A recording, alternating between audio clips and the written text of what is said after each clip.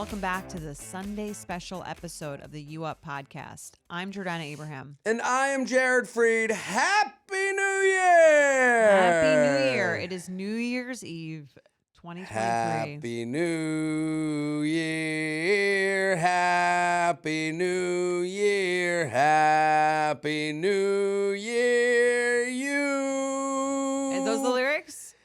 They are today, 'cause I can't remember what the words are to this song. Pretty good voice. Pretty good voice. I'm losing it. Oh, I'm it's a good. little raspy. Happy New Year. Where are you this New Year's? I am just finishing a weekend in San Diego. If you're a benefit subscriber, you are listening on my last night of shows in San Diego. And I'm going to go to Miami. Nice. Miami. We're going Boca or to Miami. Miami. I'm Okay. going to the real, The real deal. You deal. going to the club? Clubbing, Wow. women, clubs, Hopefully it's warm. bottles popping. No, I'm going to go stay on Miami Beach. I couldn't get a room at Soho House. That place was expensive. This is like the most expensive time to go away. It really is. I had to fly back anyways. Mhm. So I'm flying back Back from where? from San Diego. Okay. So West Coast to East Coast sucks. Yeah. Just generally. You Might lose as the well whole- go to Miami. Well, again, you advised me not to go to Cabo alone. I did. I yeah. said, Miami, probably much better single spot alone. I Yeah. think that's a better vibe for me. I can go directly. Well, not directly. I have to go San Diego to Atlanta, Atlanta to Miami. I'll get there around like 4. I'm staying at a nice hotel on the beach, and then I use points. If you use points, you got to tell people you use points. I mean, for that week, especially. Right. I'm not hitting you up for money. Out of pocket. You kidding? Who am I? It's an expensive week to travel. Absolutely. So I'm really living it up on points life. So I got a hotel room, and I'm gonna stay there till like the 2nd. Okay. And then I'll fly back to here. That'll be great. So what are you doing for New Year's? You're just going to see what pops up? See what happens. I mean, like, that's Do you know like, people down there? Oh, you're like, I don't really. right. Is your like brother going to be there? No, he's in Chicago. I know, so, but that was like his home base. No, for a his while, home right? base is like, Podunk, Illinois now. Oh. Well, it was back in the day. Back in the day. Yeah. So it is just me. I guess when you're single on, if it was New Year's Eve and I was with someone, I'd be like, what am I going to do? I got to figure out a plan. Right. I kind of like the idea of like, I get there at 5, I'll get dressed, showered, hopefully feel good about my body enough to put on some nice clothes, and then like sit at a hotel bar and just like chill into the new year. I kind of like that. I like that. No pressure. No pressure. No one misconstruing your midnight kiss to be the start of a relationship. No, just me kissing a martini glass. There you go. And my phone. And your phone. You want to be with the ones you love most. 3. Can you imagine if I did the joke to its like natural end, and like how funny it would be if someone was like, "Oh, look at Jared Freed. He's here at this bar, New Year's. I wonder what he's doing." And then they go 3, 2, 1, and then I just go and kiss my phone, and they're like, "Did he just kiss make his out. phone?" Give me his tongue. Yeah. It's been such a beautiful year. I put this on camera. what Are we they taping say. this? Close in on this. Okay. That's the saddest. I don't know Gotta why get- you're not gotta- subscribed to the YouTube. Gotta get a picture of your phone in a thong. Hey, baby girl. We've had a good year. Those High curves. times and low times. Someone's like, I think he needs some Something. help. Someone. Yeah. Just me making out You with didn't my want to go phone. to Boca? No. Fair. I kind of wanted to Do your own thing. Let those old fogies do their own thing. Yeah. I don't know. I wanted a nice hotel. I wanted to like chill out. What are you doing tonight? I don't know. I've got a few friends. We keep talking about doing some plans. The thing is, when you get to 34, is like a lot of people have kids and they're like, they don't want to deal with getting a babysitter on New Year's Eve because that's when all the young people who would be babysitting have actual shit to do. Right. Like Us actual young fun people stuff. aren't sitting. Yeah. Yeah. No. I There's hear not that. like there's not like a ton of like 20-year-old babysitters like jumping at the chance to spend their New Year's watching Talk about TV. expensive. Yeah. Can't use points on a sitter. Exactly. Yeah. So I think it's hard to find a sitter. So the friends are like not like super excited, and then they're also like, I think Liam was like, I don't know if I can make it till midnight. I've got to be up at 6 the next day. Why? Why does she? Because she's got a baby. Oh, that's like babies wake up at 6. I think earlier sometimes. Yeah. Not in my house. So like there's just not like an there's not like an excited. It's also Sunday night, right? So it doesn't work out to like. Yeah, maybe I'll go to dinner with the people who can make it out, or like host or something. We'll see. Right. Yeah, it's not like I'm not like super pumped about any of the prospective New Year things. I mean, if anything, I'm sure my plan sounds pretty good to you. Yeah. Like if you and Mike want to make it down to Miami, I'll hold you a couple bar seats. Maybe I'll let my phone sit on the bar and you guys can take her seat. Maybe we'll be in Miami. Maybe. And everyone knows where to find me now. An undisclosed hotel. You just if you want to search every nice hotel bar on South Beach, there's not like that many. No, there's only one called the Rizz. So is that what you're saying? Yeah. Okay. Well, maybe a surprise lover will meet you after hearing this episode. Me in a vest, in. a fedora. You know how I dress. Yeah. On a nice night out. Now that you've disclosed your location, a rose in my brooch. Now that you've disclosed your location, you've made this into like a Sleepless in Seattle type rom-com where someone might find you at midnight as a listener of the show. That is interesting. I have made it clear. Now that you mentioned, this wasn't our plan, by the way. This isn't in the notes. I mean, it's just Jared lets someone know where he can be found on New Year's. I mean, unless they're gonna murder you, this is a great idea. Yeah, fair.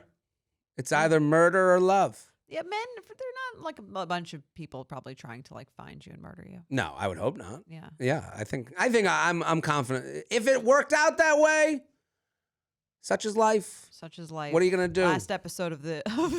I'll go out doing what I love, looking at my Instagram notifications. He died peacefully in his Instagram notifications. Right. So their tombstone will read. Oh, I can't believe 2024. Yeah. Any resolutions? That might be our benefits episode. Okay, we'll save that comes out. It'll be out. It's already out. It's already out. What are you hoping for the new year? My resolution, same resolution as I have every year. Take better care of my things. It's disgusting. That's the one. It's continuously working on it. I think I get a tiny bit better at it every year. I'm never like good at it. I still can't invest in white clothing. Not that level. No. I mean, who amongst us? I mean, there are people. They're just not people I understand. Right. Mine's to give more to charity, but good for you. Okay. Mine's to wear less white? What? Yeah. Yeah, I don't know. It's weird. 2024. Did you ever think like this was a year? We would make it this far? Right. Like, did you think this would be like a year? I don't know. Like, I think like to me, the world ended at 2019. Yeah. Well, I mean, that was right. That was the last pre-pandemic. Right. Yeah. Or maybe even 2009. Like, that's like the last year. We're almost halfway through the 20s. No one calls it the 20s. The 20s. Yeah. Yeah. I think you're the first one to ever do that. Trademark. There it is. I don't think. Yeah, I feel like we're almost halfway through this decade. It's kind of weird. A few years of it were pandemic-y. Oh my God. I can't believe how old we are. I know. We're still doing the show. Still talking about this bullshit? Yeah. How was your year? Good year for you. It was a good year. Yeah. It was an exciting year, a wild year. Yeah. It's actually a year that I had more like, I can't believe this is who I am as an adult. You know, like I've had more of I think that's why I'm like, what would you give it? 0 to 10?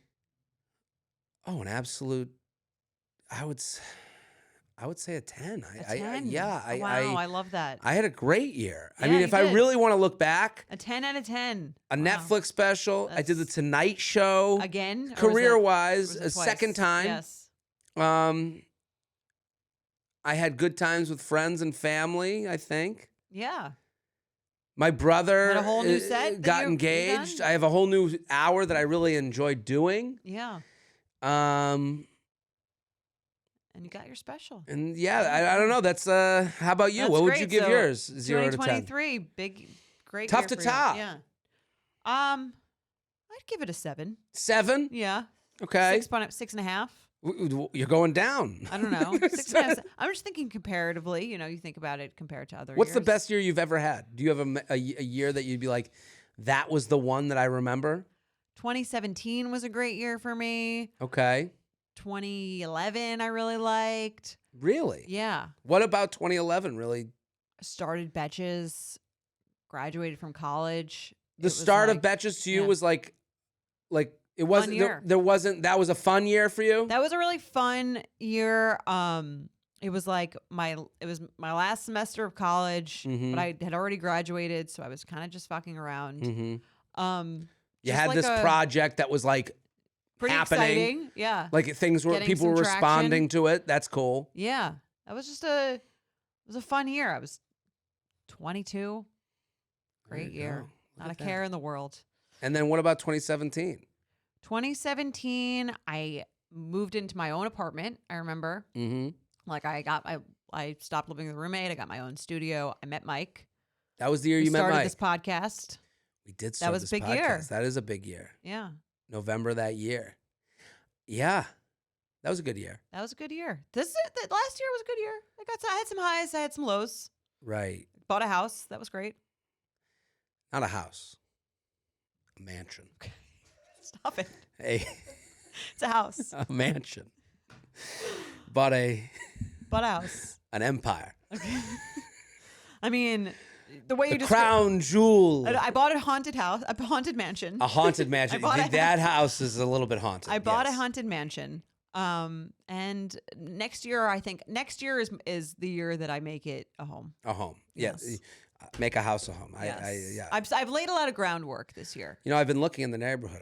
What if I moved in next door? I'm like, bringing the circus.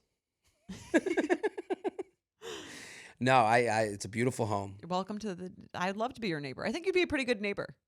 Oh, I'd be fun. You'd know when to interact and when to, do our own thing. It'd be like Kramer, except without the racial slurs. Exactly. Yeah, that's me. A better version of Seinfeld. That's right.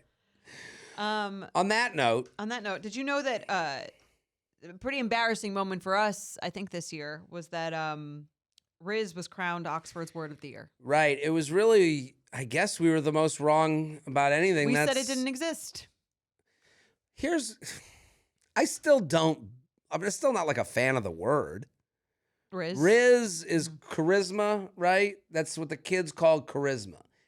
I think the point I made while this came up was a fair point. This idea that like charisma had to like be named, like we had to it felt very internet culture-y, right, where it was like, that guy's got Rizz. And you're like, oh, I don't know. There's already a word for that. Charisma is already a word. Right. It was a weird, subtle way of taking away charisma from people. Right. Like the acknowledgement that some people have it, some people don't. Yeah. I agree. I don't know. I think it's weird that it's you know what? We were wrong. It's okay. It's a real word. We can say, but I think it's dead now that Oxford has called it the word of the year. It's the kiss of death. Well, the minute parents start saying it, got the Rizz. Right. The minute we start saying it, it's over. Like us start saying it. Yeah. All right, that guy's got Rizz. Like if I heard someone I went to college with be like, oh, yeah, that guy's got Rizz, I would never speak to that person ever again. Right. You'd be like, what a fucking dork. What's wrong with him? I would honestly ask, is he okay? Well, that was the weird part about the Taylor Swift interview. What interview? She had when she was Time Person of the Year, where she was using all these I feel like Gen Z like slang terms. What did she say? How old is Taylor? She's about my age. 34. As of yesterday. Okay. 1989, the same age as the Betches. And Harry, my brother. And Harry. Yep. All very, very big year for cool people being born. Yep. Iconic year. Exactly. Yeah. And Travis Kelce, also 34. Oh, okay. 1989, great. fellow 1989ers. But what was I just saying about that? The languaging. Oh yeah, she was in using. that interview, wasn't she? She was like, she said that it was so metal or something. What did she? Candace, can you help me here? She was using like a lot of terminology that was like, she's a little old to be using those words. Be careful, the Swifties come hard. I know, they hate me. But you're not like. Here's the thing: if you're not devout, it's like any cult, right? If you're not like devout, like I can't handle any sort of. I have respect for Taylor Swift. I also like. Listen, I've told you. I have a good friend of mine is like the most. He is the biggest Taylor Swift fan, while also the most critical. Right. Well, I mean, both can be true. Right. That's actually a more thoughtful fan. Agreed. And here's the thing: if the person is so famous as Taylor Swift is, that there is zero chance she will ever hear anything I've said about her, which she won't. I think it's fine. Like she will never ever hear what I've said. You're not giving yourself enough credit. The creator of Betches, all right, maybe says she has that heard Taylor Swift fucking sucks. That's not what I that's said. not what you said. I'm sorry. That's not what you said. I didn't say that. My number one Spotify artist, Taylor Swift. Yes, okay. I'm a fan. I'm a fan too. I'm a huge fan. I have thoughts. I think hating Taylor Swift right now is like the most. That's weird. Hack opinion. Like I just think it's like a dumb opinion. Like you're trying to get a rise out of people. That it's just not a. I love Taylor, but she does some weird shit, and one of them was the terminology she was using in this interview. Let's hear. Candace, let's hear. Candace. All right. So in her Time Person of the Year interview, she was talking about how her relationship came to be. She said, "This all started when Travis very adorably put me on blast on his podcast, which I thought was metal as hell." Metal as hell. Metal as hell. Yeah, that's something I would stop someone and go, what did you say? You'd be like, you're 34. Right. Is there another line? Can we get, right. Metal as hell. I don't even think that's like a thing do people say that? I don't know. They must. That sounds like something Alice Cooper would say in Wayne's World. That's what I'm saying. It's like a little weird. Like, I thought that was, like, it sounds like what, what's his name? The Osbournes would say on, like, Ozzy Osbourne. Not Taylor Swift. Was metal as hell, yo. Like, I could see maybe a young TikTok person saying that and me being like, oh, that must be like a cool new word. Yeah, Taylor if Swift, someone young said that, I would go, wow, this fucking idiot young person says it now. It's their new word. It's like Rizz. Yeah. Any other good quotes? What was the word of our generation? I don't even know. I mean, the word cool at some point wasn't cool. Like, like it wasn't. Cool has stood the test of time. Cool cat. I guess that was different. Weird, yeah, but that's cool. We didn't really have a lot of language in things. We didn't have our own. Maybe we did, but like On Fleek. I think On Fleek was not us. No, come on. That was a little young for us. It poked its head in and then got like self-aware. Right. I just think like now there's like an internet thing where it's like you're trying to fit in with. Yeah, but Taylor should be above that. I feel like there's more that she said. Listen, if someone my age said that slaps, I would literally my eyes wouldn't stop rolling for all of 2024. I mean, like when I hear people say our age, that like in our generation they say that slaps, I'm like, ugh. Remember, I don't know if this is still a thing or was a thing. That fucks. That fucks, yeah. Kind of fun, right?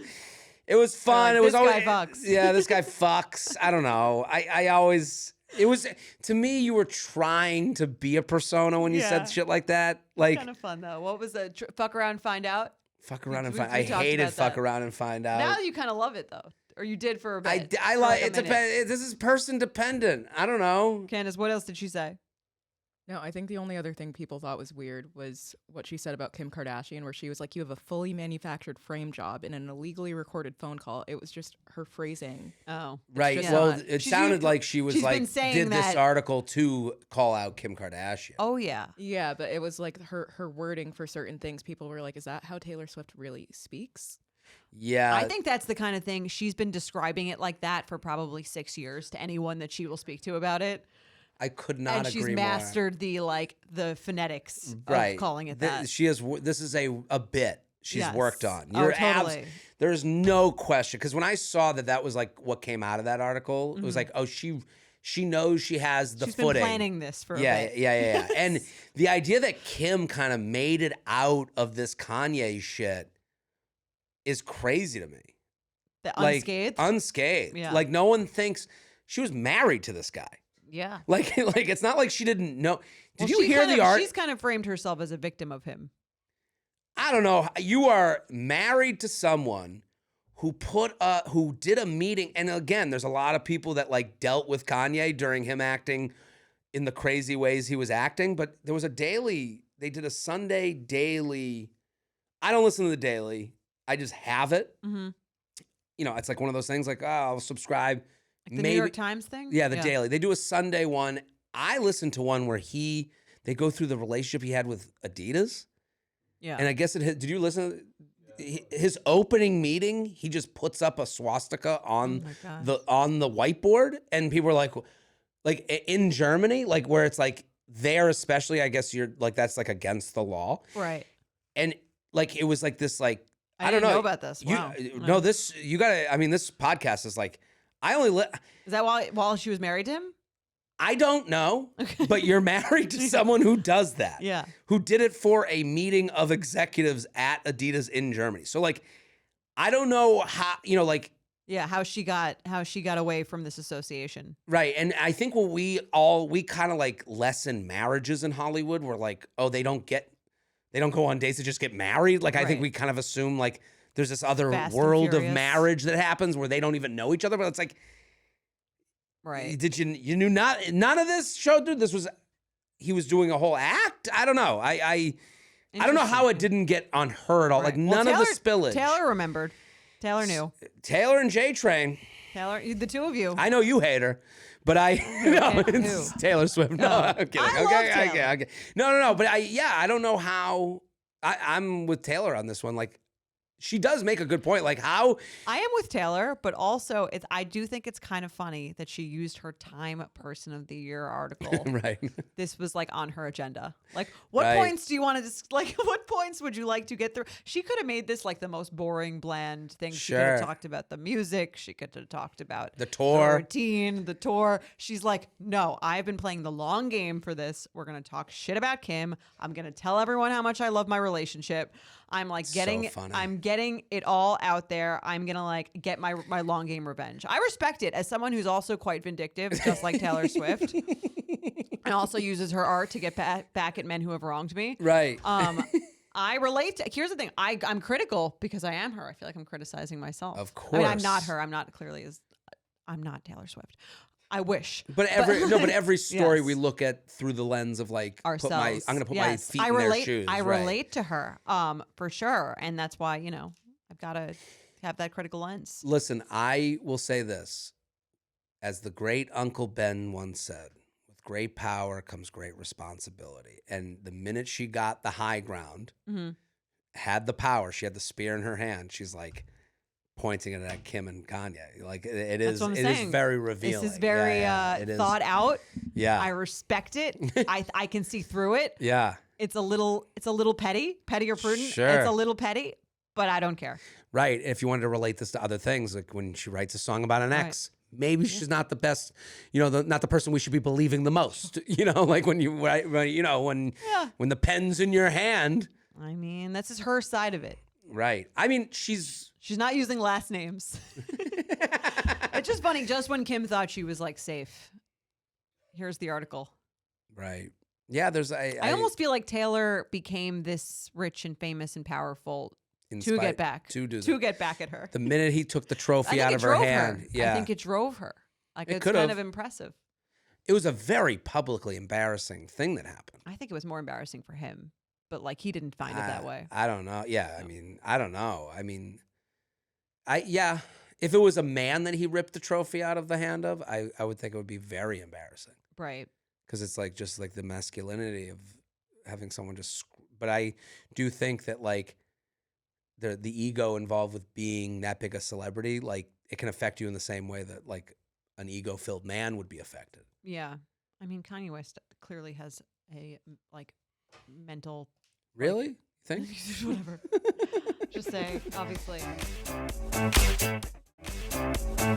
Anyway, here are some Betches dating predictions. This is from The Office, like from this office, not this TV show. So this is from the Betches HQ. Yes. Put together what they see for 2024 as far as dating is concerned. Okay. All right.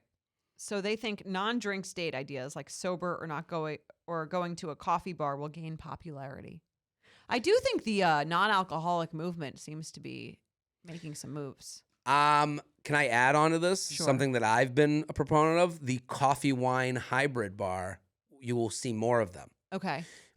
This is something I've seen in other parts of the country. There's a lot Would you do here. Love it. You like that idea? St. Jardim. Would you get coffee One of my or favorite wine? date spots. I would start. It wouldn't be decided.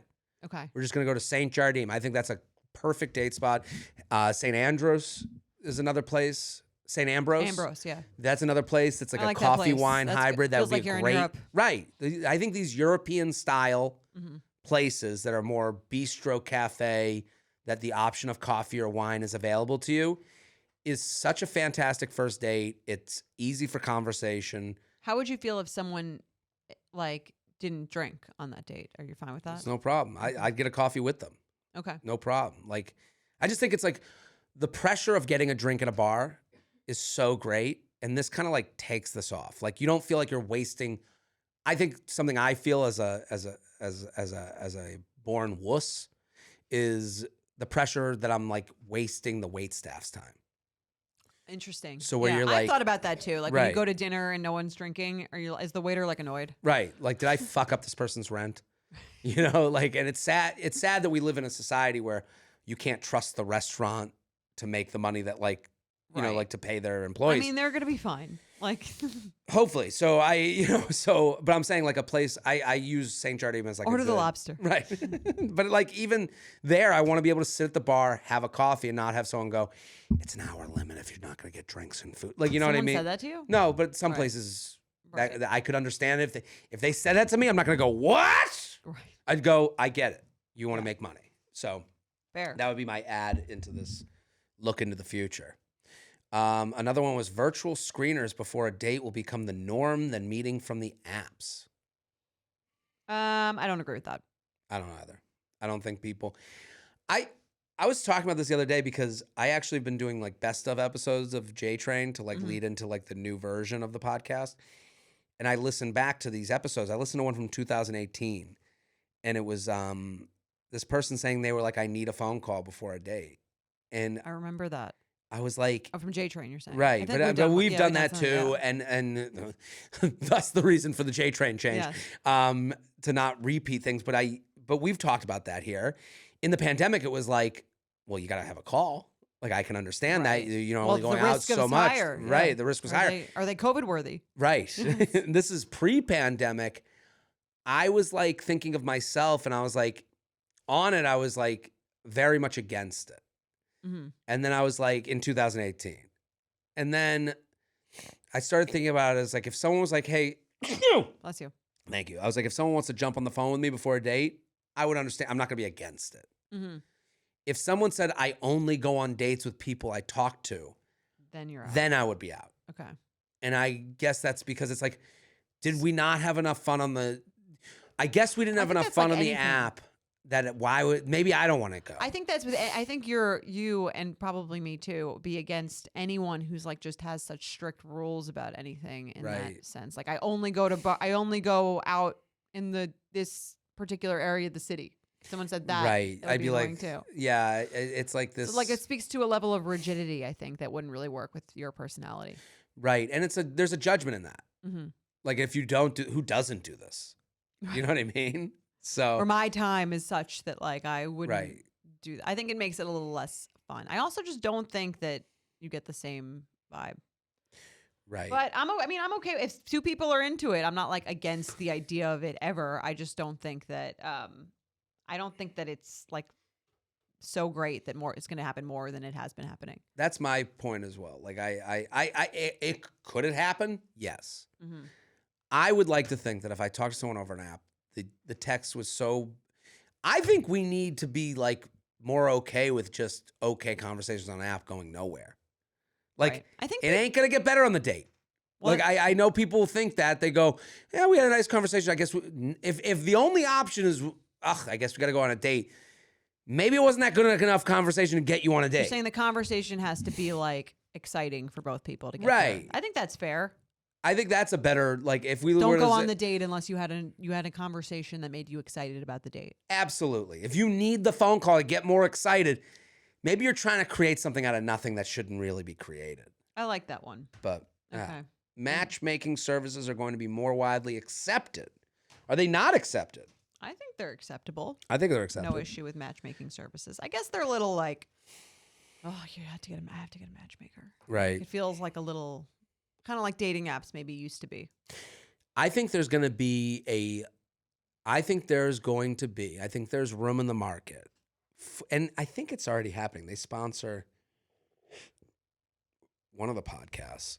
But I think there's going to be a more wide version of matchmakers. Like different ways you can go about it. Yeah, I think right now there's high end and then there's nothing. Right. Where's the matchmaker for the poors? right? Well, no, but it's expensive. I think it's like, what is it? Like thousands of dollars for like a few dates. Right. So what if an app was created where they hired like a bunch of matchmakers, like they got like a call center in India. It has to be a level up from an algorithm, right? But a level down from whatever the intensive screening of the very high end. I think people would want that. I agree. Maybe we should make it. Right. Like if someone called me, if they were like, hey, I want to go on a date with this person, then they're like, can you just talk to them first? Like I'd talk to them on the phone first. Right. And then I call the woman and I go, yeah, this guy's looking to fuck. Like the way I saw that Big Dog Gary from Bachelor, I was like, this guy fucks. Yeah. Like I would like that. I would love to do that. That would be like a dream. Right? Like, wouldn't that be great? Like to be like the middle of the road matchmaker. Yeah, like talk to my brother, talk to my sister. That would be the app. And it's like, okay, this was fun. Now talk to my brother. Right. Maybe we'll offer that service as part of UOPS. If you guys like it, let us know. Jared's like, I'm not really interested in that. But I would talk to someone and just be like, I mean, if someone was like, I'm about to go on a date with this guy, will you do a FaceTime with him, J&J? Yeah. We'd get on and we'd be like, if it's worth it. Yeah, let's talk to him. Yeah. What are your intentions with our friend? We'll take 10 minutes. Right. Less, maybe. What are we talking about? So let's jump right in. Okay. Let's jump right in. I'll read it. Why not? Hey, J&J, longtime listener, first-time writer, writing in to get your opinion on a recent feeling I've been having around the idea of getting engaged. Congratulations. Ish. I'm sure this will be positive. Let's see. I, 29, and my boyfriend, 28, have been together for a little over 2 years, living together for the past year. Throughout this time, I've always been confident and comfortable in our relationship. Prior to him, I had a lot of anxiety around dating, but thanks to some therapy and listening to this podcast, whoa, just like therapy, from the start of our relationship, I've been upfront about what I was looking for, and fortunately, he wanted the same. Look at that. Open communication. Probably after the first year of our relationship, I started dropping hints that I would like to be engaged by the time I'm 30. I was 27 when we met. I knew we hadn't been dating that long at the time, but in my timeline-driven mind, that felt like the perfect time. Fast forward to today, and we have been talking about getting engaged more seriously.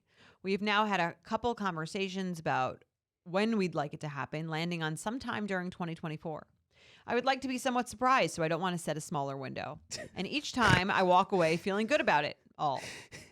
I want to know, but I want to be surprised, and I have a window. I think you want like a quarter. You want like a quarter mystery. Okay. Yeah. Like 3-month mystery. Make sure your nails are done for the next 3 months. Basically. Yeah, okay. Yeah, that seems like an appropriate level of time. Okay. Each time she walks away feeling good about it. Yes. Sorry, I would lose. However. Each time. Okay. However, today something weird happened. One time? Today, me and my friend, who was also talking about engagement with her boyfriend, went to try on some engagement rings, as neither of us are sure what type of ring we want. While we were trying on the rings, I started to feel a bit uneasy. I have no doubt in my mind that my boyfriend is the one I want to be with, but now that 2024 is getting closer, I am just not sure if I'm ready to get engaged. Part of me wants to tell him that, part of me wants to tell him that I want to wait until at least fall of 2024, Q3. But I'm scared that he will take that as I'm having second thoughts about the relationship. So here are my questions for you. Is it normal to know you have found your person, but you aren't ready to get engaged? How should I bring this topic up to my boyfriend without worrying him that I want out of the relationship? I know he hasn't bought a ring yet, and if I had to guess, I would say he's planning for a fall engagement already, but I feel like this is something I should talk through with him rather than keep to myself. Thanks in advance for the advice, and thanks times a million for all the great advice you've given over the years. Best, a soon but not too soon to be engaged, Betch. Well, I have no expertise in this, but I would like to ask what you think. I think this is normal. I think it's a normal feeling to feel like you're doing something that's unknown and it's a really big decision. And even if you're excited about it, you can still be kind of nervous. Right. I think that's completely normal. And having that feeling one day doesn't mean it's the wrong decision. And if you want to wait till the fall, that's also fine. But I think that like whenever it happens, you're still going to have, if you're like a normal person, I think you think about this decision quite seriously. Right. And also going with your friend to go look at rings, I think is like kind of a mistake. Like, You think? well, you know, what's the line? Comparison is the thief of joy. Like, Okay. maybe she was looking at this other person being like, look how pumped they are. They seem to know what they Right. want. I don't even know what I On want. And it that becomes day, this snowball effect. What's that? But maybe it's just on that day. That's what I'm saying. Like, Right. I don't know. And also, she never writes what the thing is she's worried about. She's like, I know I like the guy. I'm just worried. It's like, yeah, that's like nerves. Normal. Yeah. Are normal. Before you do anything that's unknown. I had that feeling before about my house. You're kind of like, this is a big decision. Right. And even though I'm like into this decision and I'm excited, I'm still like a little nervous. Like, I don't know. Again, I think you almost have to be like kind of dumb to not have any thoughts of like, there's absolutely 0% chance that this is the right thing to do. Like, And a little delusional. that's what I'm saying. Right. Yeah. There's like a level of delusion, I think, that goes into that feeling of complete absolutism. Unless you're like truly that kind of person. Also, here's a little bit of fun for me. Oh, the minute the woman had to decide when to do this, she got nervous and was looking to change the date. Like, all of this stuff Well, sometimes it's more about the like chase of it a little bit. Well, I guess what I'm saying is like all this stuff is put in the guy's hand. Pick the date. Yeah, Q3, but she gets to lay back. He's got to do decisions. Like, and then the moment she was like, put a ring on her finger and was like, oh, I guess I'm deciding this is going to happen. You got nervous. And it's like, so a little empathy for the men that are put in this position. No, totally. That have to be in control of the date and doing it and moving forward. We always, have Right, these 'cause guys. they're the Why are ones they the most so proactive? Right. You have to be in this kind of Right. And I think old that school happens, way of doing the proposal, which most people do still. So that happens especially, I think, when you're talking about your timeline, which she's talking about. But she didn't say, like, I'd like to be with someone for this long to get to know them. She said, I'd like to be engaged by 30. Right. Which has absolutely nothing to do with him. right. I'm just saying, like, that's the way she's phrased the thing. So when you kind of like made this decision based on like the exact time in your life by the certain age, and it doesn't have anything to do with the surroundings, which sounds like that's how she's made this choice for when she expects to be engaged. I can understand getting to that point and be like, well, why did I pick this age? Right. I'm not really sure. Like, why is it now? Why is it? How many men do that, before, why am I doing this? Why am I putting all this money into this ring? Why am I, going into this next phase when I could just be lazy and do nothing? Right. Like. But most men aren't like, I want to be engaged by the time I'm 30. Well, I guess I'm saying, like, if you're faced with a woman who's like, I want to be engaged by 30. Right. And then it's like, put it together, buddy. Right. Well, that's like, why I don't think that's not yours as well. Yeah, That's not your date. I don't think engaged by 30 is like the way to do it in terms of, not that I'm against like giving a sense of your standards and what your expectations are, but I wouldn't do it by the age that you are. That seems to take the relationship entirely out of the equation. Right. And so what do you think she says? I mean, like, maybe that's part of the answer is like, I'm looking at this relationship and my heart's beating a little bit faster when I think of like, Right. we'd be engaged in the fall as opposed to the winter. I don't know. Right. I don't know if those two make a difference, but that's where I'm feeling right now. Maybe that's what she says to the guy. Yeah. I think one, totally okay to have this feeling. Doesn't mean there's anything wrong with the relationship. Agreed. And two, I think great opportunity to reevaluate why you want things when you want them. And then to have an open conversation with your fiance about your whole train of thought, which again is an intimate conversation, which brings you closer to the actual person that you're dating, not this like hypothetical age-related timeline. And it's now a conversation with both of you. Like, to this point, it sounds like she gave a lot of directives. Right. And hinting at, I want to be this at 30. I want to be that, and like, how about here's where I'm feeling. How are you feeling? Like, well, that's the whole thing. Have with you thought about this? Like, what makes you nervous? Vulnerability produces vulnerability. It does, and it's funny because it seems like less romantic to be talking about your engagement before you're engaged. It's like it's both like theoretically it's supposed to be this like big surprising thing, but when in any other huge life decision would you act like that? Wouldn't be like, oh, he proposed the house and we bought it like immediately. Like, no, you'd have like 75 conversations about getting a house before you got it. Right. Like, you should have like 75 conversations about getting married before you get married. Right. I went to go get rings. I watched my friend get so excited, and I'm sitting there getting nervous. I don't know where that came from. It's not because I don't love you. It's because I'm just nervous. Right. And in any other decision, you would be totally Open about that. Totally okay and open about that. Even like, I'm thinking about getting this job, but I'm nervous about leaving this other, like anything else that you would feel. You can have a reservation about any decision, and it doesn't mean it's the wrong decision. I'm with you 100%. And I think if he takes it as, oh, you want to break up with me? Like, there's other issues afoot. Like, that's him looking for outs, which I don't think this is going to happen. I think, like, saying simply, I picked up the ring, and I just got so nervous. I was like, and again, like, next place of life. Like, you get the engagement starts tick, tick, tick, tick, tick, tick. Now, when's the wedding? Yeah. And then the wedding, when's the baby? When's the next baby? When's the next baby? When are they going to go to, when are you moving to the suburbs? When are you going to go to the elementary school? When are you going to summer camp? When are you going to, you're on the train. All aboard. Well, I think that's why a lot of people, death. I think that's why a lot of people don't think about it. It's a little scary to think about all of the things that come after. Yeah. And what's the famous lyric? The hits keep coming, the years keep coming, they don't stop coming. So, yeah, I can understand. Like, this engagement's not, do I love this person? If anyone took it that way, they're being immature. Yeah. This engagement is, holy fuck, we're like doing life now. Yeah. We're moving towards, like, look at my life. I'm sitting here in fucking La La Land, chilling. Like, I'm off the highway. Sounds nice. To some. For you. For me, sometimes I'm like, what the fuck is wrong with me? Why don't I get on the highway? You're enjoying that. Yeah. Am I? Am I doing everything? Like, when I'm in a relationship, will I look at myself and what I did now and be like, Jared, what the fuck?